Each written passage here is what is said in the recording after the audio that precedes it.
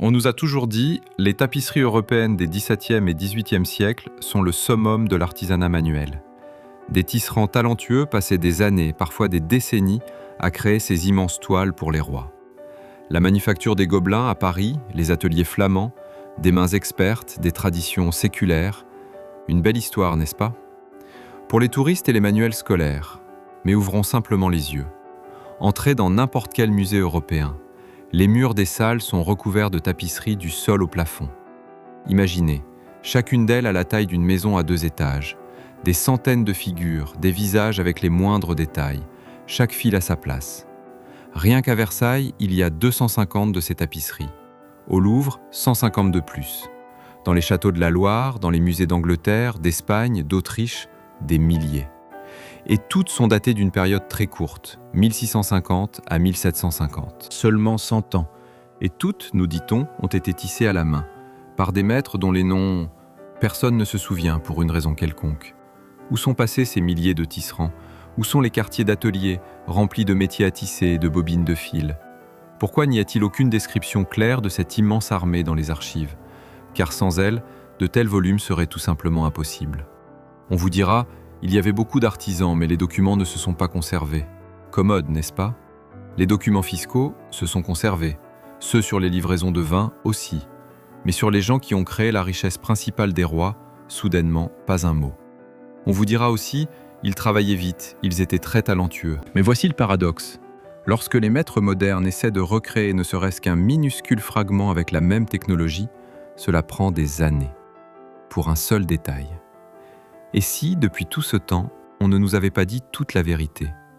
Et si ces tapisseries existaient bien avant les dates inscrites sur les plaques de musée? Et si on les avait simplement trouvées, redistribuées et attribuées à de nouveaux propriétaires? Nous allons essayer de comprendre ces étrangetés. Et alors, peut-être que la version officielle ne nous semblera plus aussi incontestable. Une tapisserie n'est pas une broderie ni une peinture. C'est un tissu tissé. Chaque fil de couleur ici fait partie de la structure même du tissu. Imaginez un tapis, mais au lieu d'un simple motif, une image entière, avec une précision presque photographique. Les visages des gens, les plis des vêtements, les feuilles des arbres. Tout cela est créé par l'entrelacement de fils de différentes couleurs. La technologie s'appelle le tissage de tapisserie. Le maître est assis devant un métier vertical. Les fils de chaîne y sont tendus. Avec des fils horizontaux de différentes couleurs, il entrelace la chaîne, créant l'image. Chaque couleur nécessite un fil distinct. Il faut le passer à travers des dizaines de fils verticaux. 1 centimètre carré de tapisserie complexe, ce sont des centaines d'entrelacements. On ne peut pas se tromper. Si on se trompe de couleur d'un seul fil, tout le fragment est déformé. Et le plus incroyable, le travail se fait à l'envers. Le maître ne voit que l'arrière de l'image future. Il travaille pratiquement à l'aveugle, se référant constamment à l'esquisse qui se trouve derrière le métier. Cela exige non seulement une compétence, mais une virtuosité et de nombreuses années d'expérience. Le château de Versailles conserve environ 250 tapisseries anciennes. Officiellement, elles sont datées de 1660 à 1700. Et ce ne sont pas de petits tapis. La taille moyenne d'une tapisserie est de 4 mètres de hauteur et de 8 à 12 mètres de longueur. Certaines atteignent 15 mètres. Dans une seule grande salle, une série d'une dizaine de tapisseries peut être accrochée, d'une longueur totale de près de 100 mètres. Dans le salon de Mercure, d'immenses tapisseries couvrant tous les murs. Dans les appartements de la reine, des cycles entiers de tapisseries. Dans les appartements du roi, d'autres séries dédiées aux scènes militaires et mythologiques. Et ce ne sont que les salles d'apparat, ouvertes aux touristes. Dans les parties fermées du palais, dans les réserves du musée, des centaines d'autres tapisseries sont conservées. Toutes sont officiellement liées au règne de Louis XIV et de ses successeurs immédiats. Toutes, nous dit-on, ont été créées spécialement pour Versailles, sur une période d'environ 40 ans. Mais ici, une autre question se pose qui fait réfléchir. De nombreuses tapisseries représentent des scènes de la vie des rois précédents, Henri IV, Louis XIII, et pas du tout du Quad-Zéro lui-même. Si elles ont été créées sous Louis XIV, pourquoi le centre n'est-il pas lui, mais ses prédécesseurs? Pourquoi les thèmes sont-ils des événements d'il y a 100 ans? Louis XIV ne voulait-il pas se voir? Ou peut-être, ces chefs-d'œuvre existaient-ils déjà auparavant? Et sous Louis, ils ont simplement été transportés vers le nouveau palais depuis d'autres résidences. Et présentés comme de nouvelles commandes? La manufacture des Gobelins à Paris fut officiellement fondée en 1662, sur ordre de Louis XIV. Elle devait devenir la principale fabrique royale de tapisserie pour les palais. L'artiste Charles Lebrun fut nommé directeur. Il concevait les esquisses des futures toiles. Officiellement, la manufacture employait de 200 à 250 tisserands simultanément. Ils étaient assistés de teinturiers, de fileurs, d'autres artistes. Au total, environ 800 personnes. La manufacture occupait tout un quartier à la périphérie de Paris, dans le quartier des Gobelins, d'où son célèbre nom. Selon la version officielle, rien que pour la période de 1662 à 1700, la manufacture des Gobelins a créé plus de 300 tapisseries pour Versailles et d'autres résidences royales. Cela semble bien sûr impressionnant, mais jetons un œil aux rapports financiers conservés pour les années 1665 à 1670 par exemple. Le tableau y est différent. Ces documents n'indiquent l'achèvement que de quelques grandes tapisseries en plusieurs années. Les autres mentions concernent les dépenses de réparation, d'étirage et de correction de tapisseries déjà existantes. Dans les documents des années 1670 à 1690, des formulations telles que « réparation et restauration d'anciennes tapisseries » apparaissent de plus en plus souvent. Anciennes ? Alors que la manufacture elle-même n'existait que depuis peu. D'où venaient donc ces anciennes tapisseries si la manufacture était censée n'être qu'à ses débuts de production ? Peut-être qu'une partie significative des fonds de la manufacture n'était pas constituée de nouvelles créations, mais de tapisseries déjà prêtes, dont l'origine a simplement été soigneusement évitée ? Des maîtres contemporains, maîtrisant parfaitement la technique du tissage de tapisserie, ont mené des expériences curieuses. Ils ont tenté de recréer un fragment de la tapisserie Code-III du XVe siècle, mesurant seulement 1 mètre sur 1 mètre. Une équipe de 4 tisserands expérimentés a travaillé. Le résultat ? Plusieurs années de travail acharné, et ce, juste pour 1 mètre carré d'images complexes. Regardons maintenant la tapisserie « Le couronnement de Louis XIV à Versailles ». Elle mesure environ 5 mètres sur 12, soit environ 60 mètres carrés. Même en prenant les estimations les plus basses de temps par mètre carré, cela représente une décennie de travail continu d'une équipe hautement qualifiée pour une seule tapisserie. Pourtant, la datation officielle affirme que cette tapisserie a été créée dans un laps de temps très court, de seulement quelques années. On pourrait formellement dire, oui, ils travaillaient en parallèle, il y avait beaucoup de monde. Mais alors une autre question se pose. Si presque tout le personnel de la manufacture était occupé par quelques tapisseries d'apparat, qui a tissé les dizaines et les centaines d'autres tapisseries, celles-là même qui sont attribuées à la même période? La comparaison des coûts de main-d'œuvre réels avec les délais officiels donne une impression étrange. Soit les données sur le temps de travail sont largement sous-estimées, soit une partie significative de ces tapisseries n'a pas été créée de toutes pièces pendant les années indiquées. Et alors la question logique est, peut-être que beaucoup de ces tapisseries n'ont pas été tissées spécialement pour les nouveaux palais, mais ont été transférées déjà prêtes d'autres lieux? Pour créer des milliers de tapisseries, datées de 1650 à 1750, il faudrait une véritable armée de tisserands. Rien qu'en France, à Versailles, il y a environ 250 tapisseries. Dans d'autres résidences royales, encore des centaines. Dans les musées du Louvre, de Cluny, dans les châteaux provinciaux, plus d'1 millier. Au total, cela représente environ 2000 grandes tapisseries, et ce pour un seul pays. Si l'on considère que chaque tapisserie représente des années de travail pour des dizaines de personnes, il aurait fallu des milliers de maîtres d'œuvre de très haut niveau sur 1 siècle. Où vivaient-ils ? Dans quel quartier se trouvaient leurs ateliers ? Pourquoi ne voyons-nous aucune trace de leur présence massive dans le milieu urbain ?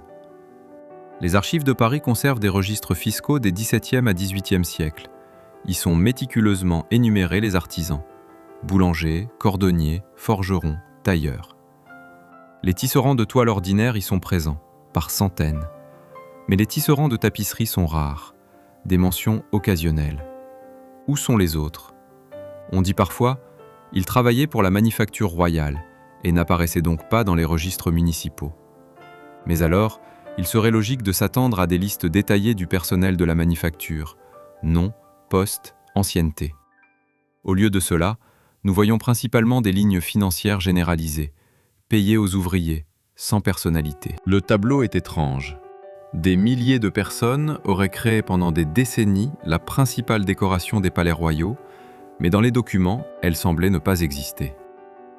Les tapisseries impressionnent par la quantité de leurs nuances. Une seule tapisserie peut utiliser de 100 à 300 tons différents. Chaque nuance est un fil teint séparément. Au XVIIe à XVIIIe siècle, les teintures étaient naturelles, végétales et minérales. Le rouge était obtenu à partir de la racine de garance, le bleu de l'indigo, le jaune du safran et d'autres plantes. Le vert, par la combinaison du jaune et du bleu, le marron, à partir de coquilles de noix et d'écorce. Le problème est que les teintures naturelles donnent un nombre limité de nuances stables. On peut obtenir plusieurs tons de rouge à partir de la garance, un nombre limité de nuances de bleu à partir de l'indigo. Au total, il n'y avait que quelques dizaines de teintures naturelles disponibles en Europe au XVIIe siècle. On pouvait en obtenir une centaine de couleurs stables. Mais sur un certain nombre de tapisseries, la palette est beaucoup plus riche. Les chercheurs qui ont étudié la composition des fils signalent la présence de combinaisons de couleurs complexes. Elles ressemblent étrangement à la palette de teinture plus tardive. Dans les rapports de conservation, des allusions à des pigments officiellement décrits et massivement introduits seulement au XIXe siècle apparaissent parfois. La question se pose, comment se fait-il que la technique de teinture et la profondeur de la palette sur certaines tapisseries semblent en avance sur leur temps? Soit les datations ne sont pas tout à fait exactes, soit l'histoire de l'apparition de certaines technologies de teinture a été grandement simplifiée. Les tapisseries les plus célèbres d'Europe sont appelées flamandes, prétendument produites dans les ateliers de Flandre. Bruxelles, Bruges, Anvers sont considérés comme des centres de production de tapisseries des XVe au XVIIe siècle, et c'est de là que proviennent les tapisseries portant les marques des villes flamandes. Mais il y a une bizarrerie. Les archives de Bruxelles sont bien conservées, la ville n'a pas été complètement détruite par les guerres. On y trouve des registres sur les corporations de tisserands, sur les impôts, sur les marchands et sur les ateliers artisanaux. Les mentions de la production de tapisseries n'apparaissent qu'à partir de la fin du XVe siècle, et avant les années 1580, c'est presque le silence dans les documents. Pourtant, les musées regorgent de tapisseries flamandes datées des XIVe et XVe siècles.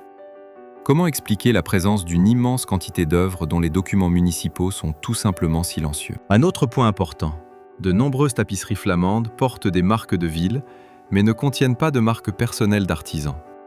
Selon les lois des corporations de l'époque, un artisan était obligé d'apposer sa marque sur l'œuvre, et sans un tel signe, l'œuvre ne pouvait être officiellement vendue. Pourquoi voyons-nous si souvent uniquement les marques de ville sur les tapisseries, mais pas les noms? Il n'est pas exclu que les marques de ville aient pu être apposées plus tard, lorsque les tapisseries existaient déjà et devaient être intégrées dans un nouveau système de distribution. Il en résulte alors que l'origine flamande d'une partie des tapisseries aurait pu être formalisée rétroactivement. La thématique des tapisseries ne correspond souvent pas à l'époque de leur création officielle. Par exemple, la série Quad Zero est datée d'environ 1500, mais elle représente des ananas, du maïs et du tabac, des cultures du Nouveau Monde, inconnues en Europe avant la fin du XVe siècle. Comment aurait-il pu se retrouver sur une tapisserie datée du tournant des XVe et XVIe siècles, avant même la large diffusion de ces plantes? Les tapisseries de la série Les Saisons de Versailles sont datées de 1670. Mais les guerriers y sont vêtus d'armures plutôt caractéristiques du XVe siècle. Pourquoi, à la fin du XVIIe siècle, commander une scène où les personnages ressemblent à des gens d'il y a 200 ans? La tapisserie La Prise de Constantinople du musée de Cluny est datée de 1650, bien que l'événement lui-même ait eu lieu en 1453, près de 200 ans auparavant. Qui et pourquoi 2 siècles plus tard décide soudain de commander une immense tapisserie sur un événement révolu depuis longtemps? Il serait plus logique de supposer que de telles tapisseries ont pu apparaître beaucoup plus près des événements réels, et les datations plus tardives sont déjà liées à la catalogage et à l'inventaire. Plus intéressant encore, de nombreuses tapisseries représentent des structures architecturales qui, au moment de la création officielle des tapisseries, étaient déjà détruites ou considérablement reconstruites. Châteaux, anciennes murailles de villes et cathédrales apparaissent dans leur forme antérieure. D'où vient chez les tisserands du XVIIe siècle une telle précision de détail de ce qu'ils n'auraient pas pu voir? Ou bien les tapisseries ont-elles vraiment été créées lorsque ces bâtiments existaient encore? La création de tapisseries de qualité nécessite des métiers à tisser verticaux spéciaux, des métiers à haute lisse. Un tel métier occupe une surface considérable, 5 à 6 mètres de hauteur, jusqu'à 10 à 15 mètres de largeur pour les grandes toiles. Ce sont des structures en bois massives avec un système de tension de centaines de fils verticaux. Pour créer des milliers de tapisseries en 100 ans, il aurait fallu des dizaines, voire des centaines de métiers similaires, fonctionnant simultanément. Où était-il installé? La manufacture des Gobelins, à Paris, occupait un quartier d'une superficie de plusieurs milliers de mètres carrés. Sur ce territoire, un nombre limité de métiers énormes peut être physiquement installé, de l'ordre de quelques dizaines et non de centaines. Pour la production des seules tapisseries de Versailles dans les délais annoncés, cela est clairement insuffisant. Dans les archives d'autres villes, Bruxelles, Bruges, Anvers, il n'y a pas d'indication convaincante de l'existence de complexes gigantesques remplis de métiers à tapisserie. Pourtant, des métiers à tisser pour tissus ordinaires des XVIIe à XVIIIe siècles sont présents dans les musées. Ils nous sont parvenus, on les trouve dans les maisons d'artisans et dans les greniers. Mais les métiers authentiques spécifiquement pour les grandes tapisseries de l'âge d'or ne sont pas exposés. Les expositions présentent principalement des reconstructions des XIXe à XXIXe siècles. Pourquoi en est-il ainsi? Soit il y avait beaucoup moins de métiers spécialisés que ce que la version officielle suppose, soit la production principale était menée ailleurs. En dehors des lieux aujourd'hui désignés comme les centres de l'art de la tapisserie, et alors inévitablement se pose la question de la géographie et de la datation réelle de ces tapisseries. La plupart des tapisseries luxueuses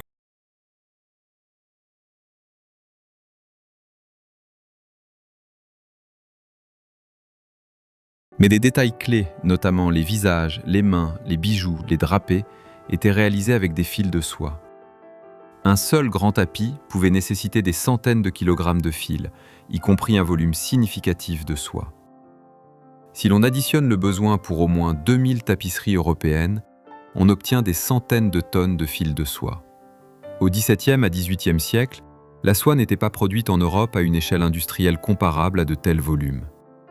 La sériciculture en France se développait depuis la fin du XVe siècle, mais pendant longtemps, cela suffisait principalement pour les vêtements de la noblesse, le rembourrage de meubles, de petits articles. Les principales quantités de soie étaient importées de Chine, de Perse et d'autres régions d'Orient. Le voyage des caravanes prenait des années et le coût de la matière première était extrêmement élevé. Les registres douaniers et commerciaux montrent que le volume total de soie importé en France sur un siècle est nettement inférieur à ce qui aurait été nécessaire pour les seules tapisseries. Si bien sûr, l'on croit à la version officielle. Une partie significative de la soie importée était destinée aux vêtements, à la mercerie et aux tenues de cour. Étonnamment peu restait pour les tapisseries dans ce schéma. La question se pose alors, d'où provenaient les volumes de matériaux que nous voyons réellement sur les murs des palais et des musées? Il n'est pas exclu qu'une partie de ces tapisseries ait été tissée là où la soie était une ressource quotidienne et accessible. Et elles sont arrivées en Europe déjà prêtes, comme biens de prestige ou comme trophées. De nombreuses tapisseries contiennent des fils d'or et d'argent. Ce sont de véritables bandes métalliques enroulées autour d'un support en soie. Sur une tapisserie d'apparat, comme le Triomphe de Louis XIV, la quantité d'or utilisée peut se mesurer en kilogrammes. C'est un métal précieux pur, transformé en une feuille très fine et tissée dans le tissu. À Versailles, il y a des dizaines de ces tapisseries avec des fils métallisés. Au total, cela représente des centaines de kilogrammes d'or et d'argent, simplement accrochés au mur. Si l'on convertit cela en argent du XVIIe siècle, on obtient des sommes comparables au budget annuel de petits États. À titre de comparaison, pendant les périodes de guerre et de crise financière, la couronne française a maintes fois fait fondre des ustensiles d'or et d'argent pour en faire des monnaies. En 1689, Louis XIV ordonna même de faire fondre la vaisselle luxueuse de Versailles. Ils ont fait fondre des trônes, des lustres, des candélabres. Mais les tapisseries contenant des centaines de kilogrammes de métal précieux, elles ne les ont pas touchées. Pourquoi ? La logique de la crise suggère de prendre l'or partout.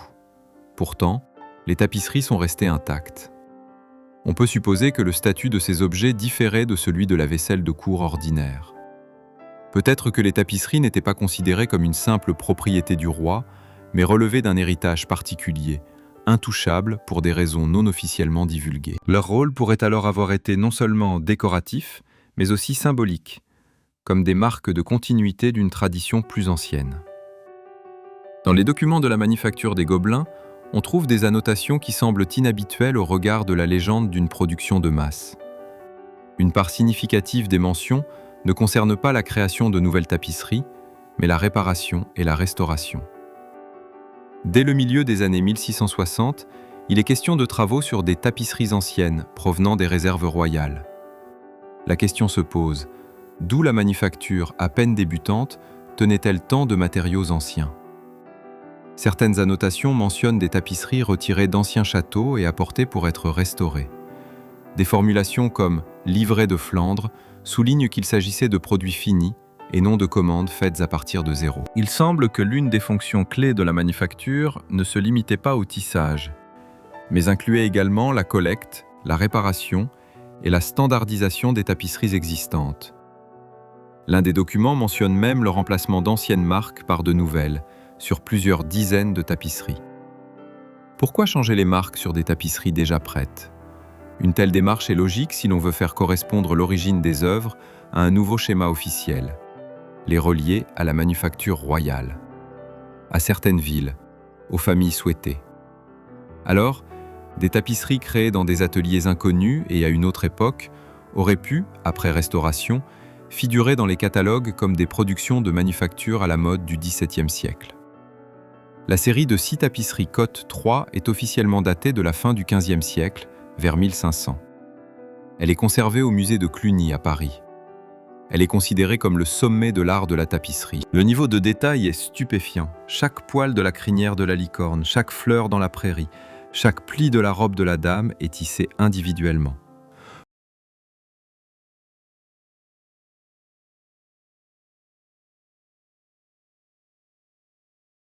Mais le mystère est que ces tapisseries sont attribuées à une époque où l'art de la tapisserie était censé n'atteindre un nouveau niveau que les tapisseries précédentes semblaient grossières, avec moins de couleurs, des compositions primitives. Et soudain, presque de nulle part, apparaît une série qu'il est encore impossible de surpasser. Cela ne ressemble pas à une évolution douce de l'artisanat, mais plutôt à un saut soudain. Après la dame à la licorne, la qualité de nombreuses tapisseries des XVIe à XVIIe siècles semble au contraire plus simple, comparée à ce cycle. Il en ressort que le savoir-faire atteint d'abord un sommet, puis décline. Pour toute technologie, c'est une trajectoire très étrange. La question logique est la suivante. Ces tapisseries sont-elles réellement apparues en 1500? Ou ont-elles conservé des traces d'une tradition plus ancienne et plus développée, dont la datation a été plus tard simplement quote 1 pour correspondre à une période historique commode? Le château d'Angers abrite la célèbre série de tapisseries l'Apocalypse. Elle est datée de 1375 à 1382. C'est un cycle immense, composé de plusieurs pièces, d'une longueur totale d'environ 140 mètres et d'une hauteur d'environ 6 mètres. Le sujet est basé sur les visions de l'Apocalypse de Jean. Les tapisseries impressionnent non seulement par leur échelle, mais aussi par leur technique d'exécution. La richesse des détails de nombreuses scènes est comparable aux meilleures œuvres des siècles ultérieurs. Pourtant, officiellement, c'est le XIVe siècle, une époque où l'art de la tapisserie n'en est qu'à ses débuts.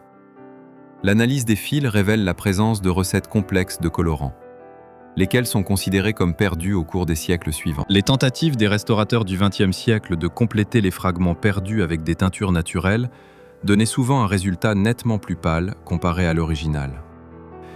Il en ressort que les auteurs de Quote 3 maîtrisaient une technique de teinture que les maîtres ultérieurs n'ont jamais pu reproduire entièrement. Autre point, les sujets incluent des détails, des interprétations et des symboles qui ne figurent pas dans le texte canonique de l'Apocalypse. D'où les tisserands du XIVe siècle tiraient-ils ces images supplémentaires? Si l'on suppose qu'ils s'appuyaient non seulement sur le texte, mais aussi sur certaines traditions orales ou visuelles, il pourrait s'agir du reflet d'événements dans le tissu qui étaient perçus non pas comme une prophétie, mais comme le souvenir d'une catastrophe vécue. Alors, l'Apocalypse sur les tapisseries pourrait être l'écho d'une véritable tragédie, survenue à une époque dont nous savons beaucoup moins que nous ne le souhaiterions. Vers la fin du XVIIIe siècle, la production de tapisseries diminue considérablement. La manufacture des Gobelins continue d'exister, mais les volumes et la qualité de la production changent. Pendant tout le XIXe siècle, on ne crée plus des centaines, mais seulement quelques dizaines de grandes tapisseries. L'explication officielle est simple, la mode a changé. L'aristocratie s'est tournée vers la peinture et les papiers peints. Mais les tapisseries ont été pendant des siècles un symbole de statut et de pouvoir. Il est étrange que l'élite ait si rapidement Code 5 le principal signe de sa richesse. Il existe une autre explication. Au XVIIIe siècle, Les palais ont activement collecté et utilisé le patrimoine déjà existant, accumulé auparavant. Et au XIXe siècle, ce stock était épuisé. Les tentatives de créer de nouvelles tapisseries du même niveau que les anciennes se sont avérées infructueuses. Des témoignages subsistent qu'au XIXe siècle, les maîtres ont tenté de copier les tapisseries remarquables des siècles passés, ayant passé de nombreuses années, obtenant un résultat moins impressionnant. La densité du tissage diminuait, la palette s'appauvrissait, les détails devenaient plus grossiers. On a l'impression non pas d'un développement, mais d'une dégradation de la technologie. Si l'on suppose qu'une tradition de tissage plus sophistiquée a existé autrefois et que l'accès à celle-ci a été perdu par la suite, beaucoup de choses dans cette histoire deviennent plus claires. Au XIXe siècle, la manufacture pouvait déjà principalement réparer et adapter les anciennes tapisseries au goût de la nouvelle époque. Plutôt que de créer de nouvelles œuvres du même niveau à partir de zéro, l'Ermitage abrite environ 200 tapisseries anciennes d'Europe occidentale. On considère officiellement qu'elles ont été achetées ou reçues en cadeau par les tsars et empereurs russes au XVIIIe à XIXe siècle. Mais les documents concernant leur acquisition sont souvent extrêmement lacunaires. De nombreuses tapisseries sont enregistrées comme étant entrées au trésor sans plus de détails. L'époque de Pierre le Grand est particulièrement intéressante. Les inventaires du début du XVIIIe siècle mentionnent des dizaines de tapisseries flamandes. Se retrouvant en Russie après des campagnes militaires et des changements de propriétaires de châteaux dans les pays baltes et d'autres régions. Des formulations comme « prise du palais » indiquent clairement le caractère de butin de guerre d'une partie de la collection. Dans des inventaires plus tardifs, on trouve des mentions de tapisseries d'origine inconnue, découvertes déjà sur le territoire des palais russes. Certaines de ces tapisseries portent des marques et des sujets qui ne figurent pas dans les catalogues occidentaux connus. Elles semblent échapper au système pan-européen des manufactures et des séries.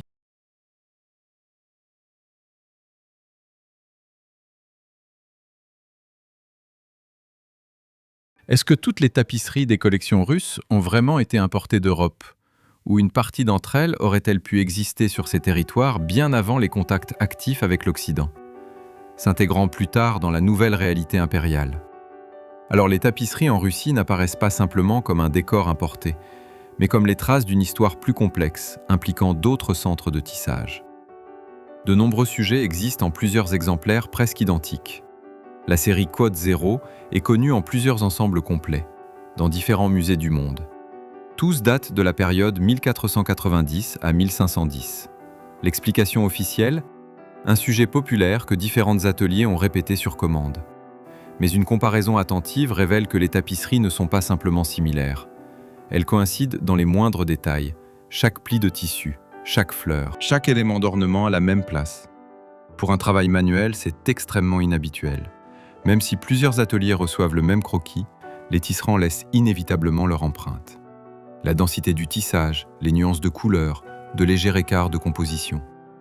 Ici, on a l'impression que tous les ensembles sont réalisés selon un modèle unique. Cela nous amène à nous interroger sur les méthodes utilisées pour créer de telles séries. Il est possible qu'il ait existé des technologies de transfert de motifs sur le support ou des méthodes d'organisation de la production que nous sous-estimons actuellement. Si l'on admet que des méthodes plus avancées de reproduction d'images textiles complexes ont été utilisées dans le passé, le phénomène des tapisseries pratiquement identiques cesse de ressembler à un miracle et devient le signe d'une culture technologique perdue. Le textile est l'un des matériaux les plus vulnérables. La laine, la soie, le lin sont détruits par la lumière, l'humidité, les variations de température, les insectes. Dans des conditions normales, la durée de vie d'un tissu est de dizaines, pas de centaines d'années.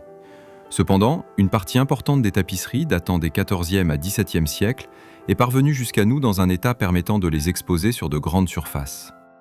La série Cote 1 à Angers, Cote 2 à Cluny. De nombreuses tapisseries flamandes. Toutes ont traversé les siècles. Officiellement, il est affirmé que les tapisseries étaient conservées dans des pièces sombres, soigneusement roulées, protégées de l'humidité.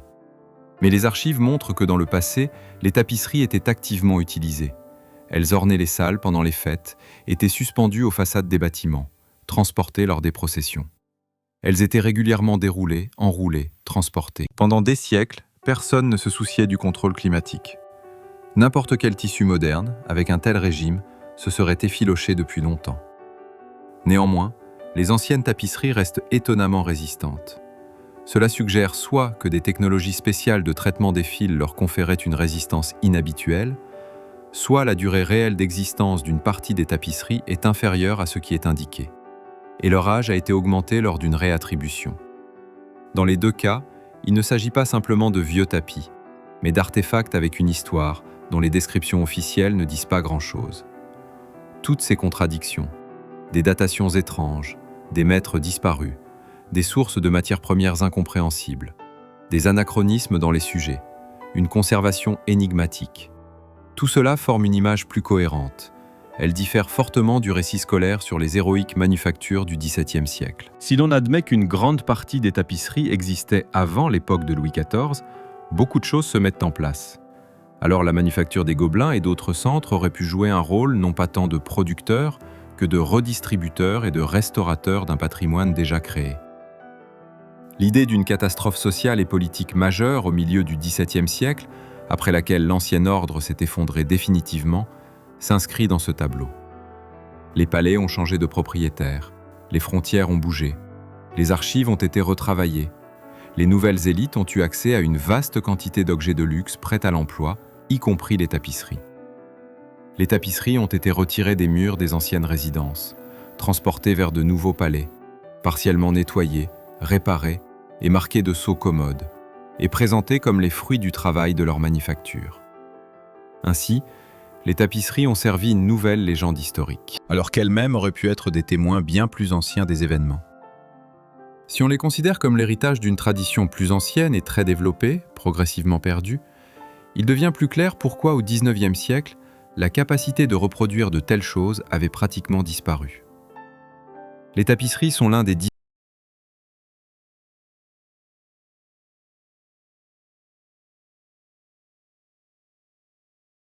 Leur production exigeait des ressources et des compétences qui, nous dit-on, n'étaient pas disponibles en quantité suffisante à l'époque. Cependant, les tapisseries elles-mêmes sont là, accessibles à tous. On peut les admirer pendant des heures, se posant des questions auxquelles les guides touristiques ne répondent généralement pas. Vous n'êtes pas obligé d'accepter à l'avance une version alternative. Il suffit de se tenir un jour devant la tapisserie de Quad Zéro ou devant les gigantesques tapisseries de l'Apocalypse et de vous demander honnêtement: ce que vous voyez correspond-il à l'histoire simple qu'on vous a racontée à l'école? L'ampleur du travail, la qualité des détails et la profondeur de la technologie correspondent-elles à l'image d'artisan à la chandelle dépeinte par les manuels? Si les réponses intérieures ne correspondent pas aux officielles, cela signifie que les questions sont posées correctement. La version officielle repose toujours sur la sélection de faits et les omissions. Les artefacts, eux, ne savent pas mentir. Ils existent simplement, démontrant le niveau de ceux qui les ont créés.